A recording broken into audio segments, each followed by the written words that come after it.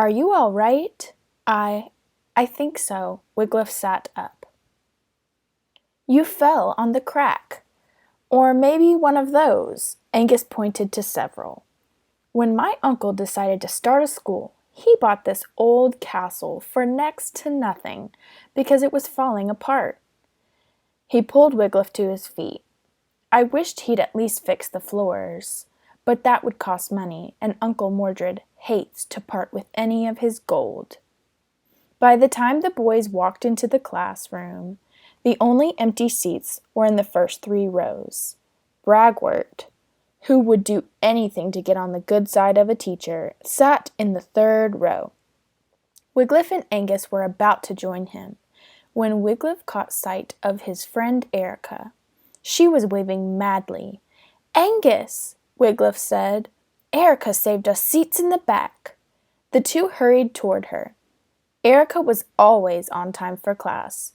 It was one reason she won the Future Dragon Slayer of the Month medal every month. She had also nearly every badge at DSA. All Wiglaf had was the dishwashing badge. Angus had no badges at all. Mordred often said, "If only all boys were like Eric." That always made Wiglaf smile. For if all boys were like Eric, DSA would be a girls' school. How surprised the headmaster would be to learn that Eric was really Princess Erica. Wiglaf and Angus were the only DSA students who knew her true identity. Wiglaf and Angus slid into the empty seats by Erica. "Thanks," they whispered. Harley Marley sat in the last row, behind Wiglaf. He burped loudly in Wiglaf's ear. Normally, Wiglaf wouldn't have taken the seat in front of the school bully.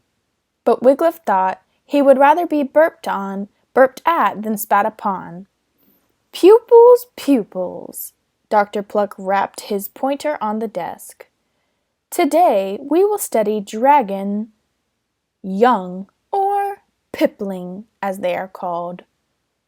Please take a peep at this picture." He pointed to a chart. Wiglaf saw what looked like a bird's nest with pink and purple eggs. "A dragon prepares a nest by digging a pit and putting pine needles in a pile," said Dr. Pluck. "Then she produces 3 eggs, plop, plop, plop." He pointed to the chart. "The eggs are as plump as pumpkins. Some have pink spots and purple specks. Some have pink or purple polka dots. Dragon piplings peck out of the eggs, pop, pop, pop." He flipped over his chart to show 3 newly hatched piplings. They were covered in egg slime. Everyone in the class cried, "Ew!" "I think they're sort of cute," Wiglaf whispered to Angus. "You would," Angus whispered back. "Boy piplings have pink ears. Girl piplings' ears are purple. Piplings go peep, peep, peep. Piplings purr. Piplings are playful." Wiglaf listened while Dr. P sprayed on and on about baby dragons. There were 3 piplings in every litter, and when a baby dragon opened its eyes, it was love at first sight. Whoever the pipling saw first, usually the mama dragon, was who it loved best. Dr. Pluck flipped the chart and showed a cleaned-up pipling. It had bright yellow eyes and cherry-red centers, and a little crest on its head.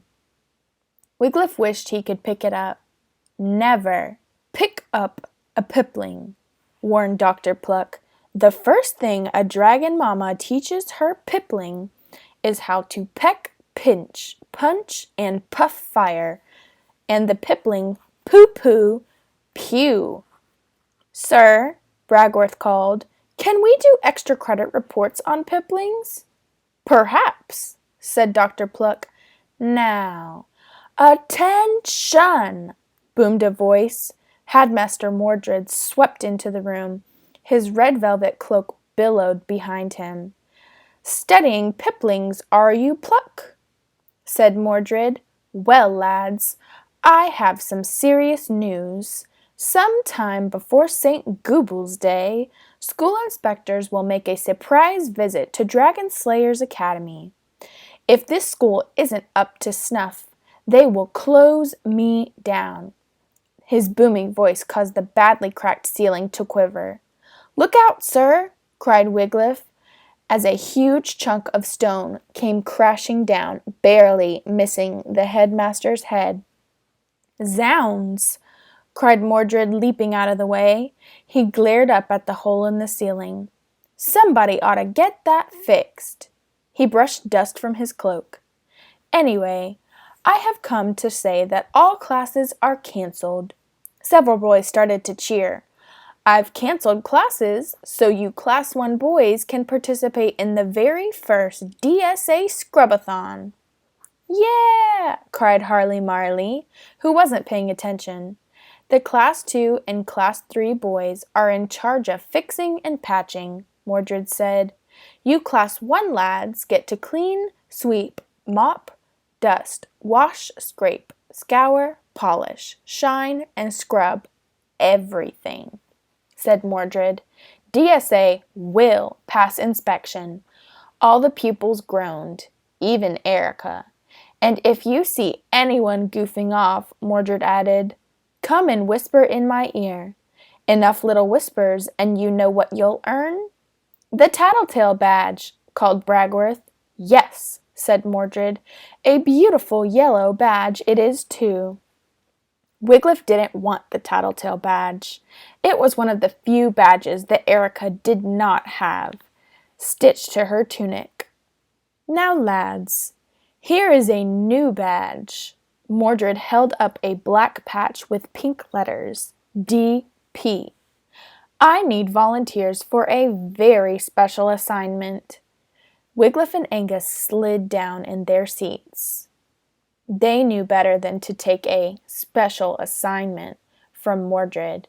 "I need boys," Mordred continued, "to pick up all the junk I dumped, that someone dumped, from the DSA castle to the banks of the Swamp River." Wiglaf and Angus slunk so far down that they were practically on the floor. "Whoever I pick must be back at DSA by breakfast time," Mordred added. "That way they can join in on the scrubbing with everyone else."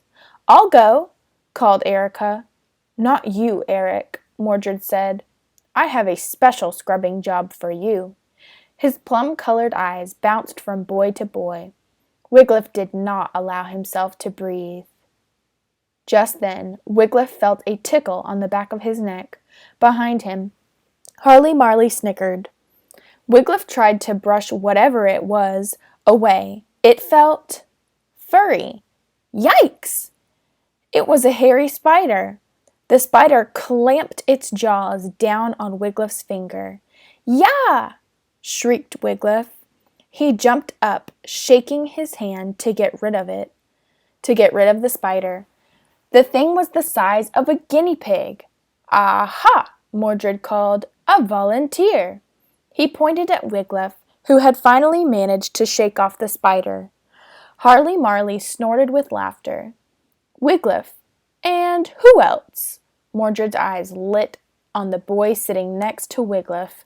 "Nephew," he cried, "all of you are around here is eat my food. You need exercise." "No, Uncle," Angus begged, "not that." The headmaster grinned. "All you shall get in running to Swamp River tomorrow morning, picking up trash. Get your trash bags in the gatehouse at 4 a.m., nephew. You and Wiglaf are the very first members of Dawn Patrol."